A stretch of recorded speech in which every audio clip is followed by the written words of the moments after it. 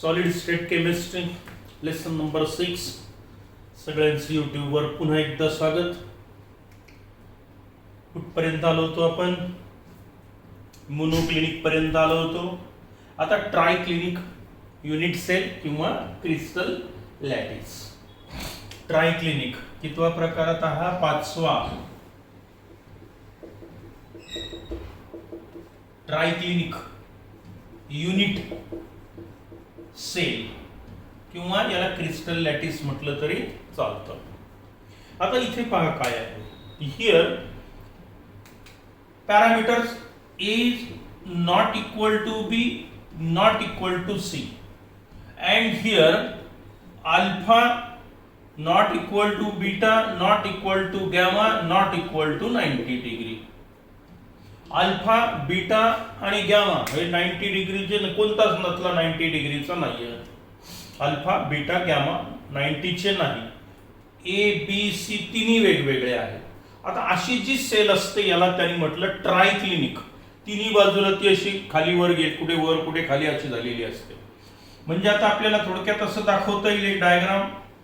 हा ए बी बरोबर. आता हा A B A is not equal to B हे अंतर थोडं जास्त दाखवलंय. नॉट इक्वल टू सी म्हणतोय मी. आता मी याला थोडं तिरकस घेतो. आता हे बघा ही युनिट सेल अशी झाली आहे काहीची.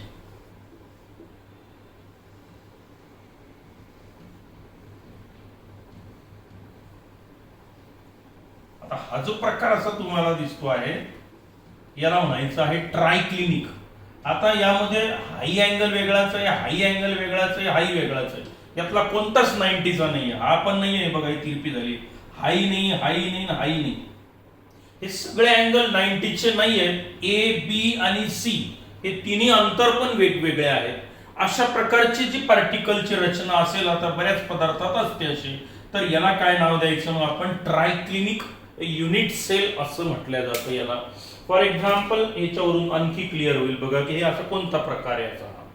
आता हे पहा ट्राय क्लिनिक हे अशी. मी याला असं थोडं प्रेस करतोय असं आहे. चौकोन नाही असं तिरप. ठीक आहे. आता इथे याला मी ए म्हटलं. ए कोणता आहे लक्षात आलं का?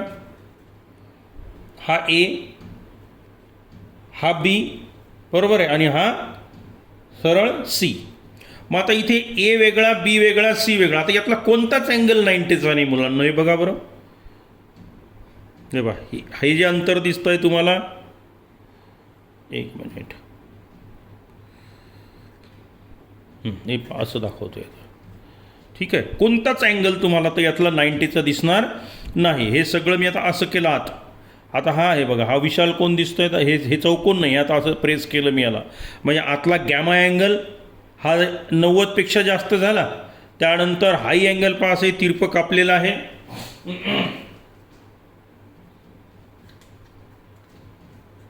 एक असंही दाखवलं तर चालेल. ठीक आहे. हे बघा आता मी असं पेनाने दाखवतो ब्लॅक कलर म्हणजे तुमच्या लक्षात येईल.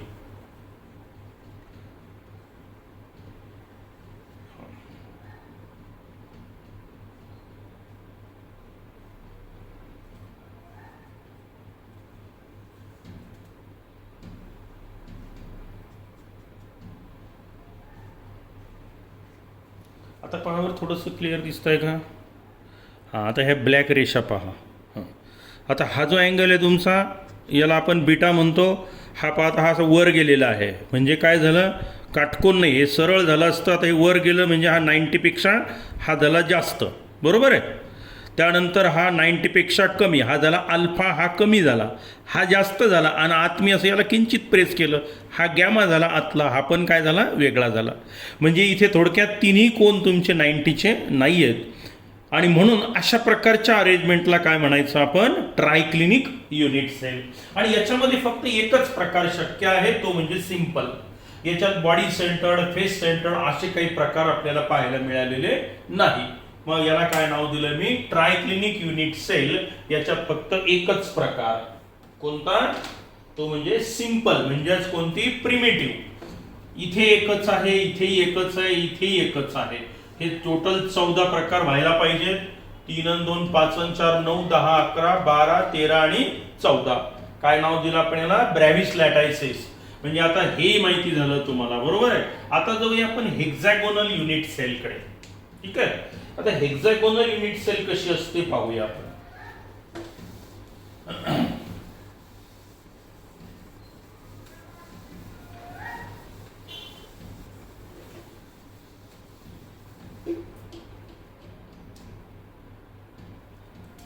सहावा प्रकार hexagonal unit cell. Here A is equal to B but not equal to C. Here alpha beta is equal to 90 degree and gamma is of 120 degree.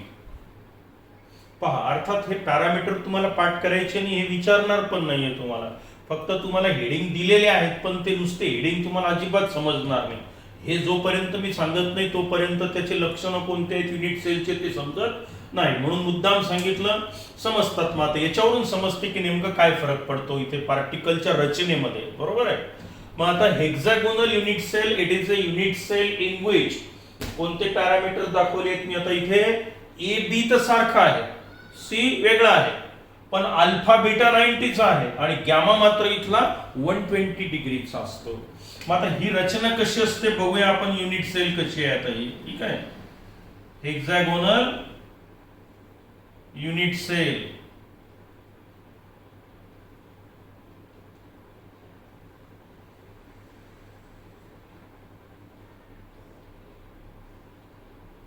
हा हेक्सागॉन काढलाय मी इथे. ठीक आहे. आता इथे खाली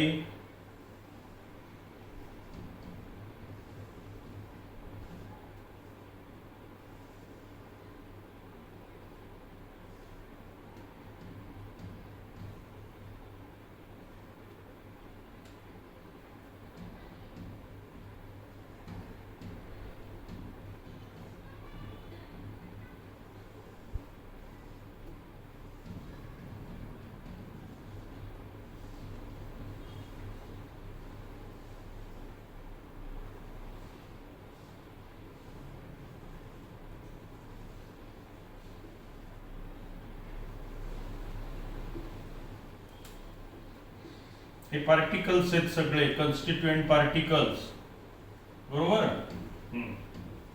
वर हेक्सागॉन, खाली हेक्सागॉन दाखवला आपण, मध्यभागी इथे एक पार्टिकल टाकलाय मी मुद्दाम, बरोबर.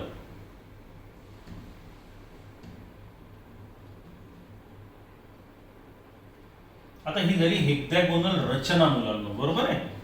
पण आता नेमकी युनिट सेल कोणती. आता ही जी आकृती मी काढलेली आहे याच्यामध्ये आपल्या 3 हेक्सागोनल युनिट सेल यामध्ये आहेत. या तिघांपासून हे तयार झालेलं आहे.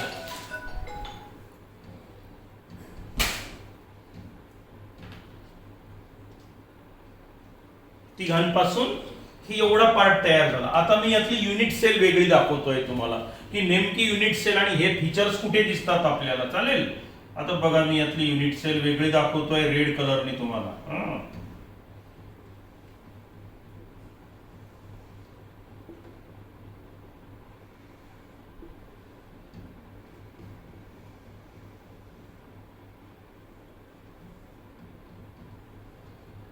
पहा बरं, हा एवढा पार्ट, हे बघा हा एवढा पार्ट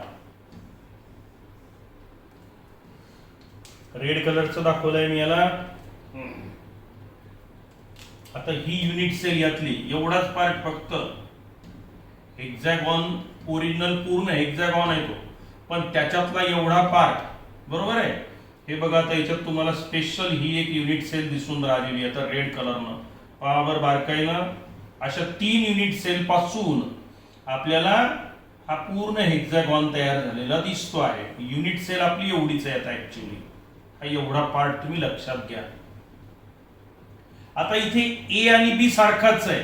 याला ए म्हणा, हा ए म्हणा, याला बी म्हटलं तरी चालेल. ए बी सारखाच आहे आणि हा सी जो आहे हा वेगळा आहे. पहावर ए बी सी. ए हा ए आणि बी सारखाच आहे, पण सी वेगळा आहे, हे बघा सी वेगळा आहे, बरोबर आहे.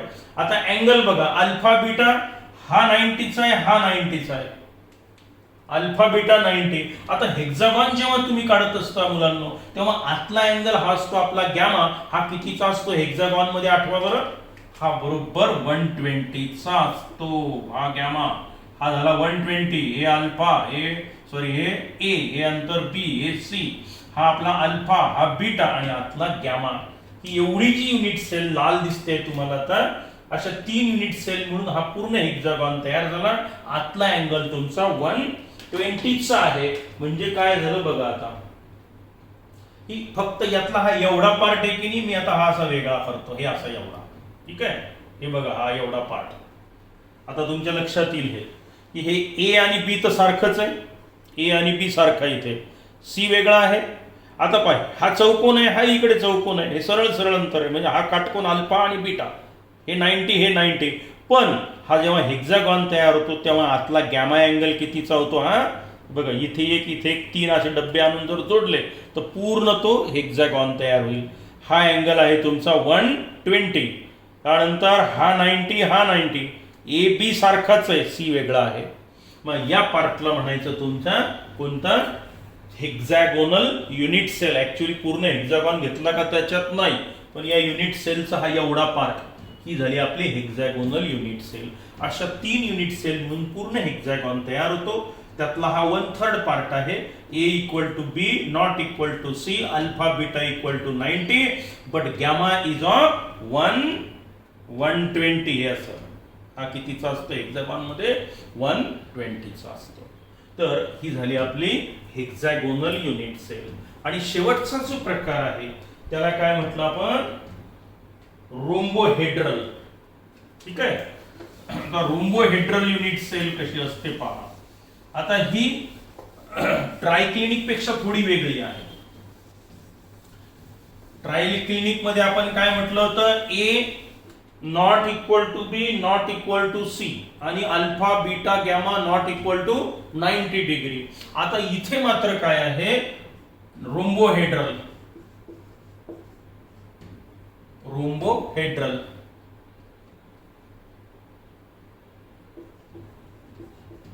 Unit cell, rhombohedral unit sale.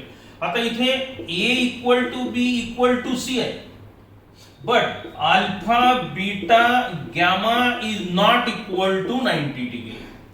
Triclinic मध्ये काय म्हटलं होतं मी, की A is not equal to B not equal to C, पण alpha beta gamma not equal to 90 किंवा इथं डायरेक्टली तरी चालतं. आता अशी जी युनिट सेल आहे याला रोम्बोहेड्रल युनिट सेल असं म्हणतात. आता ही डायरेक्टच दाखवतो तुम्हाला कशी असते, तर मी ती तयारच करून ठेवली डायग्राम काढल्यापेक्षा. आता ही पहा बरं,